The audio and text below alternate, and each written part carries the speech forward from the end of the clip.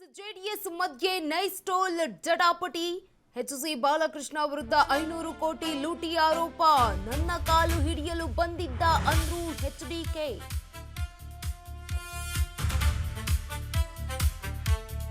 ನಾಗೇಂದ್ರ ವಿರುದ್ಧ ಮುಂದುವರೆದ ಬಿಜೆಪಿ ಸಮರ. ಇಂದು ವಿಧಾನಸೌಧ ಮುತ್ತಿಗೆ ಹಾಕಲು ನಿರ್ಧಾರ.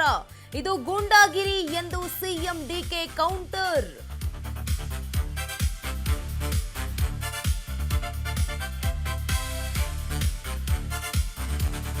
ಕೆಪಿಎಸ್ಸಿ ಕರ್ಮಕಾಂಡ ಬೆನ್ನಹತ್ತಿದ ಇಡಿ.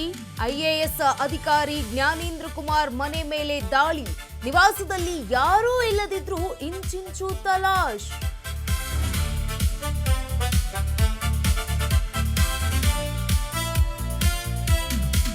ರಾಜ್ಯದಲ್ಲಿ ಮತ್ತೆ ಹಂದಿ ಜ್ವರ ಆತಂಕ.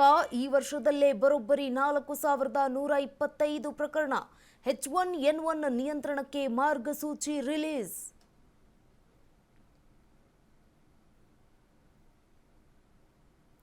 ರಾಜ್ಯದಲ್ಲಿ ಮತ್ತೆ ಕೃತಕ ಮಳೆ ಕಸರತ್ತು. ಇಂದಿನಿಂದ 60 ದಿನ ಮೋಡ ಬಿತ್ತನೆ. 200 ಗಂಟೆಗಳ ವೈಮಾನಿಕ ಹಾರಾಟಕ್ಕೆ ಸಜ್ಜು.